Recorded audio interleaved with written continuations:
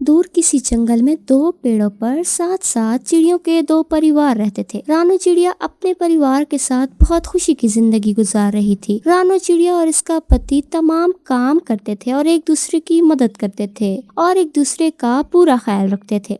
जबकि दूसरी तरफ मानू चिड़िया रहती थी जो बहुत ही लड़ाकू थी और वो हमेशा अपने पति से लड़ाई किया करती थी। शाम को उसका पति जब भी काम करके घर आता तो वो उससे दोबारा से लड़ने झगड़ने लगती। मैंने तुम्हें कहा था कि घर की साफ सफाई के लिए घोंसले में घास को लेके आना है और तुम सुबह से यहीं पर मौज मस्ती कर रही हो। ये ना कर सकी कि थोड़ा घास ही ले आती। हाँ, मैं तो हर समय फारिग ही रहती। तुम जो हर समय काम करते हो सब पता है मुझे। कोई काम नहीं है तुम्हारा। एक तुम दाना ला के देते हो, सभी पंछी ऐसा ही करते हैं। तुम कोई कौन सा अनोखा काम करते हो? मैं ऐसा कब कह रहा हूँ? मैं तो कह रहा हूँ कि तुम थोड़ी बहुत मेरी मदद करवा दिया करो जैसे सब पत्नियां करवाती हैं। मैं थक जाता हूँ। आज के दिन आने वाले तमाम मम्मा पंछी अपने घोंसलों को महफूज कर रही हैं। तुम्हें चाहिए कि तुम उनसे कुछ सीखो। लेकिन पारो उसकी कोई भी बात नहीं सुनती। पारो, मैं जा रहा हूँ जंगल की दूसरी तरफ। शाम को लेट हो जाऊंगा। तुम दूसरे पंछियों के साथ जाकर अपने लिए घास ले आना।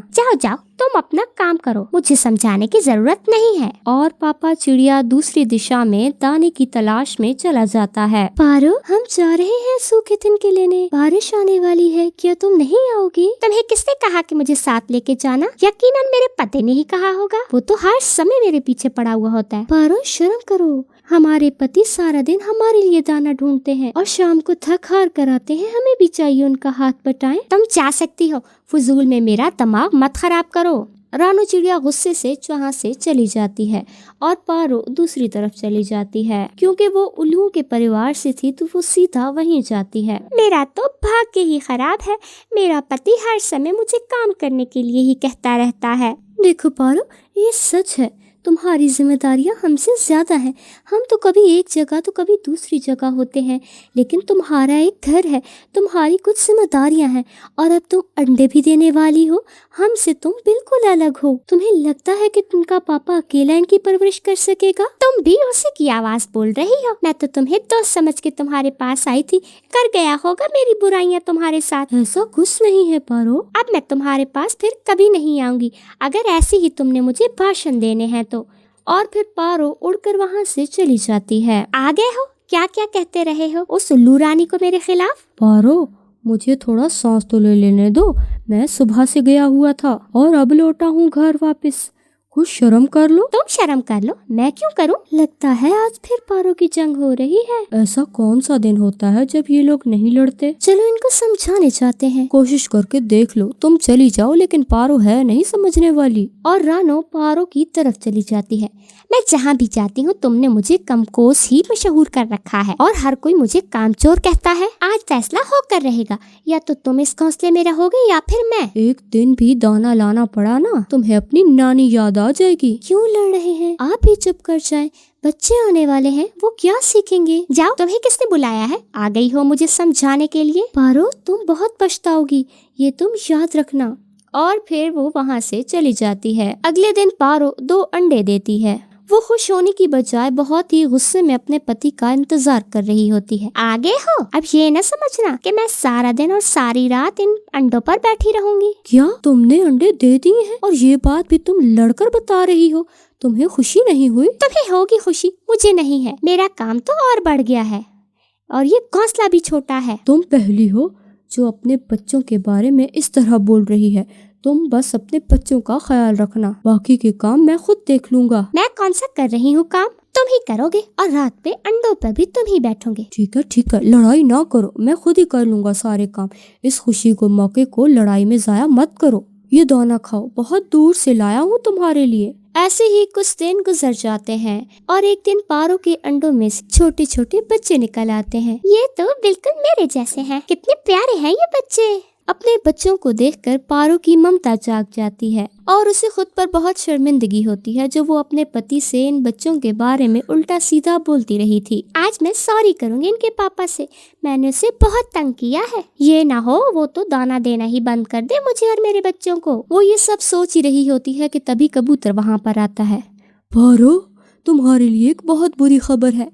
क्या हुआ? हम सब दाना लेकर आ ही रहे थे, कि तुम्हारे पति पर एक टूटी हुई टहनी गिर गई और उसकी वहीं पर मौत हो गई। ये सब पास वाले जंगल में हुआ। ये बात पारो को हिला कर रख देती है और वो रोने लग जाती है। तुम अपने बच्चों को भी देख ना सके, कैसे दिन रात करके तुमने इन बच्चों की हिफाजत की, मेरे लिए दाना लेकर आए, अपने परिवार के लिए तुमने कितनी मेहनत की लेकिन मैंने कभी भी तुम्हारी इज्जत नहीं की। पता नहीं क्यों आज सुबह से ही मुझे शर्मिंदगी थी अपने की, लेकिन तुमने तो मुझे माफी का मौका ही नहीं दिया। अब पारो को अपने किए पर और अपनी गलती पर एहसास होता है, लेकिन उसका दिल बिल्कुल भी मुतमईन ना था। अगले दिन पारो बहुत ही ज्यादा परेशान थी। बच्चे अभी एक ही दिन के थे और वो इन्हें घोंसले में अकेला छोड़ के भी नहीं जा सकती थी और उन्हें भोजन भी देना था। बच्चे भी भूखे थे। अगर मैं ना गई तो ये भूख से मर जाएंगे, मुझे जाना होगा। और आखिर वो कौवे के पास जाती है। अरे भैया। हाँ पारो, बाकी बातें तो बाद में, आज बोल बड़ी धीमे से रही हो। ऐसा क्या हुआ है? तुम्हारी जुबान से जहर क्यों नहीं उगल रहा? अपनी बात को पारो जारी रखती है। कालू, मेरा पति इस दुनिया में नहीं रहा। क्या कह रही हो? हाँ, जब सब पंछी दाना लेने के लिए गए तो रास्ते में हादसा हो गया और मेरे बच्चे भूखे हैं, कुछ खाने को दे दो। ये बात तो सच है, तुम्हारा हक है हम पर और हमारी पड़ोसन भी हो, लेकिन अगर तुम्हारे बच्चों की फिक्र ना होती तो तुम्हें कोई भी पंछी दाने को एक जरा ना देता। ये 2 दाने हैं, ले जाओ। और पारो 2 दाने लेकर अपने बच्चों के पास आती है। आज की शाम बारों के लिए बहुत ही ज्यादा मुसीबत में और परेशानी वाली थी। कोई भी उसके लिए दाना लेकर नहीं आने वाला था। वो कभी खुद पर शर्मिंदा होती तो कभी खुद को कोसती और कभी अपने बच्चों की तरफ देखकर दुखी हो जाती। मुझे बहुत दुख हुआ इनके पापा का सुनकर। रानो को देखकर पारो खुश हो जाती है और वो जोर जोर से रोने लगती है। रानो, मैं बहुत गलती पर थी, मैंने कभी उसका साथ नहीं दिया और हमेशा उसकी बेइज्जती करती थी और अब मुझे मालूम हुआ कि एक दिन भी गुजारना कितना मुश्किल है। इनका पापा बहुत अच्छा था, बस मैं ही न समझ सकी। पारो, अब समय हाथ से निकल गया है, अब पछताने का कोई फायदा नहीं। अब तुम अपने बच्चों की फिक्र करना। और रानो चली जाती है। अब रानो शायद अपने हालात से मुकाबला तो कर ले, लेकिन अपने अंदर की आवाज को वो कैसे दबाए और वो मुतमईन कैसे हो। हमें इस कहानी से ये सीख मिलती है कि अपने परिवार की हिफाजत करो और उनका ख्याल रखो, क्योंकि खुशियाँ तब तक ही हैं जब आपके साथ आपका परिवार। फिर बर्फ की तह के नीचे मम्मा चिड़िया को कुछ दाने नजर आ जाते हैं। मम्मा चिड़िया एक सूखी हुई पेड़ से एक लकड़ी लेती है और बर्फ को हटा देती है और फिर मम्मा चिड़िया उसको मेहनत का फल मिल जाता है। मैंने कर लिया, मैंने अपनी बेटी के लिए दाना ढूंढ लिया। खुशी खुशी मम्मा चिड़िया वो दाना लेकर अपने घर चली जाती है। मम्मा, आपके पंख थक गए होंगे, ऐसे ठंड में कैसे दाना ढूंढ लेती हैं आप मम्मा? अपने बच्चों के लिए मम्मा पापा को सब करना पड़ता है मेरी बेटी। अब ये दाना खाओ और मैं हरियाली तोती से कुछ सूखी लकड़ियाँ लेकर आती हूँ। आज हम रात को आग जला लेंगे, ठंड बहुत बढ़ गई है। फिर मम्मा चिड़िया हरियाली तोती के घर चली जाती है। पीछे से गौरी कवि, जो बहुत दुष्ट कवि थी, वो चिड़िया के घर आती है और गुड़िया से उसकी मम्मा का लाया हुआ दाना छीन लेती है। हटो, अभी तक तुम्हारा पेट नहीं भरा, किसी और को भी खा लेने दो। दाना तो मेरी मम्मा ढूंढ कर लाई है, ऐसे भी कोई किसी से छीनता है भोजन? मैं छीनती हूँ, गौरी कवि। ऐसा कहते हुए गौरी वहाँ से भाग जाती है। मम्मा चिड़िया भी हरियाली तोती से लकड़ियाँ ले लेती है। चिड़िया बहन, आपको दाना मिल गया? हाँ हरियाली, मैं तो भूखी हूँ, मगर मेरी बेटी के लिए दाना मिल गया था। मम्मा चिड़िया अपने घर जाती है। मम्मा, उस कमीनी मेरा दाना छीन लिया, मुझे बहुत मारा भी है। कौन? वो गौरी कवि? हाँ मम्मा, मेरा खाना छीन कर ले गई वो। मैं अभी जाकर पूछती हूँ। इस गुस्से में मम्मा चिड़िया कवि के घर जाती है। खा ले मेरे बेटे, पेट भर के खा ले। मैं ये दाना उस छोटी चिड़िया की बच्ची से छीन कर लाई हूँ। मम्मा, क्या चिड़िया आंटी आपसे डरती है? वो तो बहुत कमजोर चिड़िया है, वो तो मुझे देखती ही रास्ता बदल लेती है। चिड़िया भी वहाँ आ जाती है। मैं रास्ता बदल लेती हूँ क्योंकि मैं तुम्हारे मुंह नहीं लगना चाहती और तुम समझती हो कि मैं तुमसे डरती हूँ।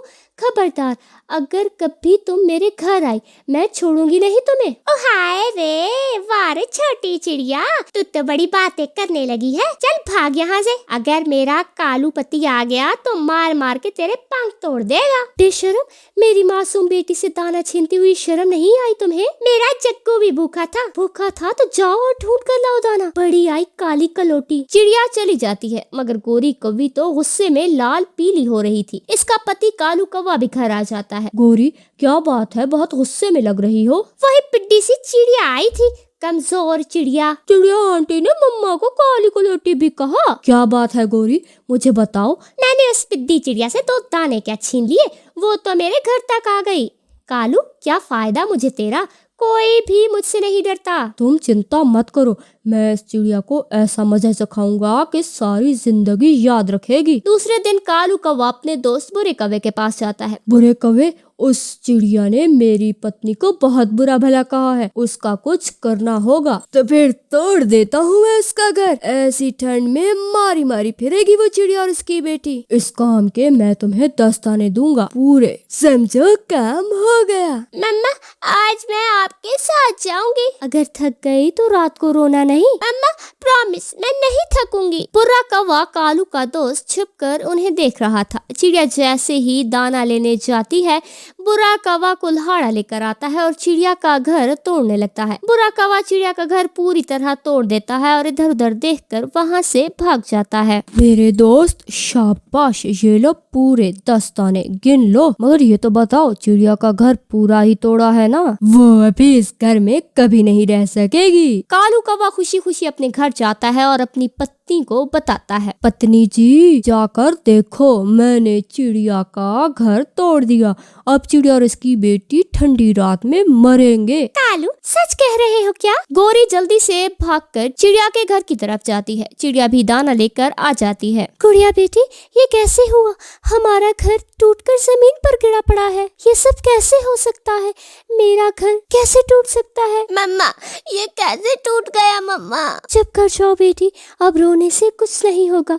हमें ठंड दूर करने के लिए कोई उपाय सोचना होगा। गोरी कभी भी वहाँ आ जाती है। चिड़िया, ये तुम्हारा घर कैसे टूटा? क्या पता गोरी, मैं तो दाना लेने गई हुई थी, आई तो मेरा घर टूटा हुआ था। अब तुम तो ठंड से मरोगी और तुम्हारी बेटी भी मरेगी। चिड़िया बेआसरा अपनी बेटी को साथ लेकर वहाँ से चली जाती है। रात होने को थी, मम्मा चिड़िया और उसकी बेटी उड़ती हुई घने जंगल में चली जाती हैं। आसमान पर बादल बन रहे थे। मम्मा चिड़िया अपनी बेटी से कहती है, गुड़िया बेटी, मुझे अच्छे से याद है, जब मैं छोटी होती थी तो मेरी मम्मा केले के पत्तों से घर बनाया करती थी। मम्मा, क्या आप केले के पत्तों से घर बना सकती हैं? हाँ बेटी, हमें रात गुजारने के लिए कुछ तो करना होगा, वरना ऐसी ठंड में बहुत मुश्किल हो जाएगी। फिर मम्मा चिड़िया वहाँ केले के पेड़ से पत्ते तोड़ती है और इन पत्तों से घर बनाना शुरू कर देती है। गुड़िया अपनी माँ की मदद करती है। गुड़िया केले के पत्ते अपनी मम्मा को पकड़ाती है। थोड़ी ही देर में मम्मा चिड़िया कुछ पत्ते जोड़कर छत बना लेती है।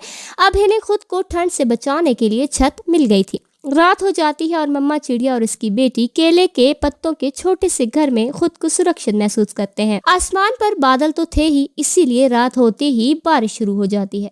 बारिश बहुत तेज थी। तेज बारिश के साथ साथ हवा भी बहुत तेज थी। तेज हवा से कौवों का घर टूट कर नीचे गिर जाता है। कालू, मुझे इस दरवाजे से बाहर निकालो, मेरी कमर टूट गई है, मुझे बाहर निकालो। मगर कालू चुप था कि एक बड़ी लकड़ी के सर पर लगने से कालू वहीं मर गया था। मम्मा पापा मर गए, मम्मा पापा मर गए। फिर जग्गू कोशिश करता है और अपनी मम्मा गोरी को दरवाजे से बाहर निकालता है। फिर जग्गू और कौवी भी उड़ते हैं। वो उड़ते उड़ते घने जंगल में चले जाते हैं। गोरी कौवी के पंख से खून बह रहा था। अब इसमें उड़ने की ताकत नहीं थी। वो गिर जाती है। जब वो अपनी मम्मा को इस हालत में देखता है तो बहुत रोता है। मम्मा मम्मा प्लीज प्लीज बोले मम्मा। मगर उसकी माँ चुप थी। फिर जग्गू को बहुत ठंड लग रही थी और वो थोड़ी दूर एक घर के पास जाता है। वो घर चिड़िया का था, जो चिड़िया ने केले के पत्तों से बनाया था। कोई है, कोई मेरी मदद करे। छोटे कौवे, तुम तो जग्गू हो। फिर जग्गू चिड़िया को सारी बात बताता है